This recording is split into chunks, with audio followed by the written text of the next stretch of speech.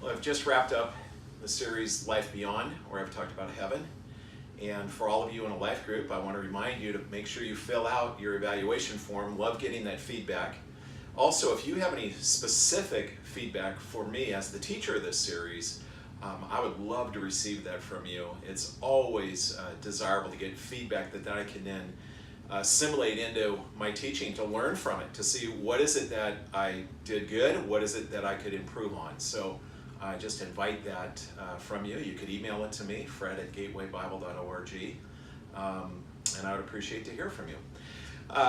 This week we're going to be starting a new series. We're going to spend the month of November celebrating our partners, both locally and globally, in our Global Impact Missions Month.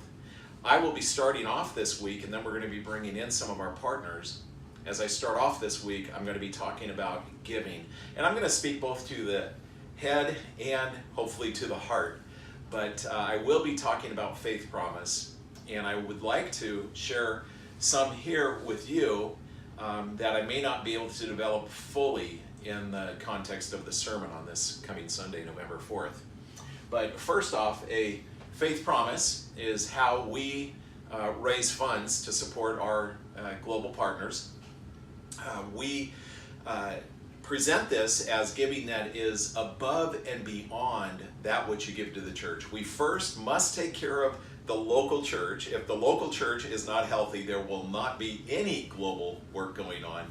So we teach people when they first start to give to the local church first. Establish that pattern, that habit first. Be regular, be joyful, be sacrificial, but be regular to the giving of the local church. And then after you've done this for a while, which may be months, maybe years, then allow God to stretch you to give above and beyond that. A faith promise implies both of these things. One, it's by faith where you pray, you ask God, I would like to trust you in giving more. I don't see it right now. I'm giving regular.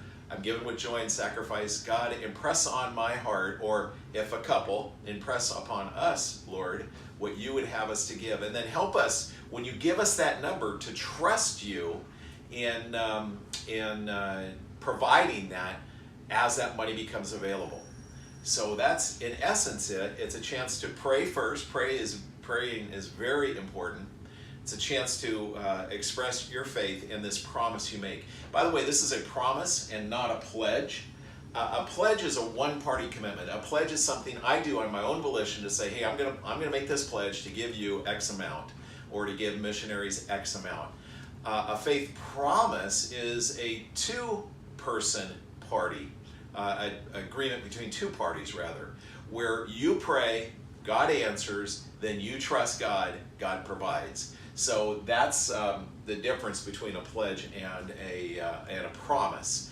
And then this is all designed to allow God to stretch you. And I know in over 20 years of Meredith and I making a faith promise, there has been some times, not every year, but a few of those years, where God has impressed us with a figure that we could never see it happening. This is beyond us.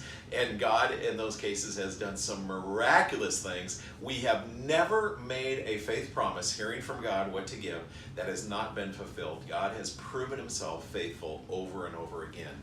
How do you do that? Well, there's a couple different ways. When God impresses that number on you, you know it's from him, you commit that as this promise. Then you look for, okay, extra income coming in. It may be, a pay increase, a new job, a bonus. Could be, a refund of either taxes or insurance or something where there's more coming in, and you connect what that additional coming in to this promise. Or could be just the opposite, where you reduce some expenses, your cost of living, where you say, I'm willfully going to do without, say, cable TV for a year, and take that amount of money and send it into, say, that'll be my faith promise.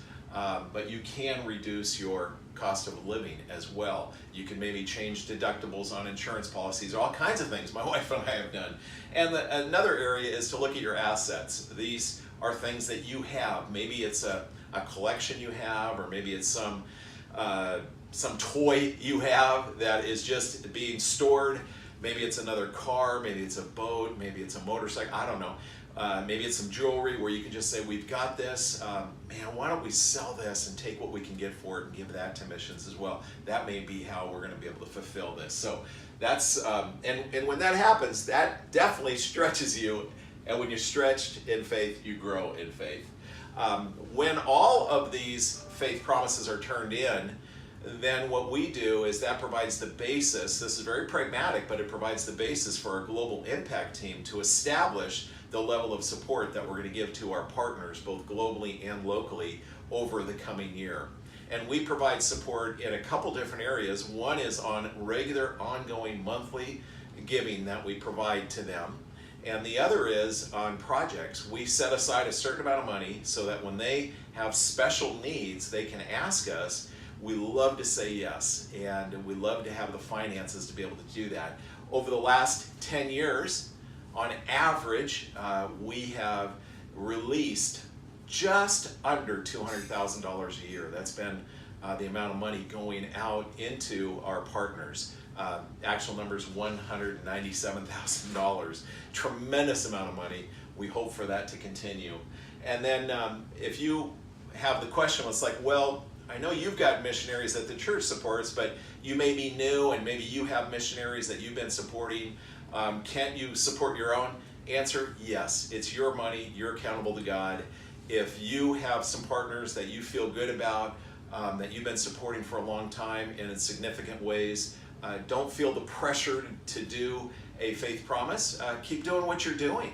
But I can tell you, most people don't have those relationships with missionaries or with partners. The partners we've selected globally are ones that are very active and very impactful with church planting, evangelism, and discipleship. Those have been very important things to us, and it's great to support them and get behind them in fulfillment of really God's great commission to go make disciples of all nations, baptizing them and teaching them to obey all that Jesus has commanded us.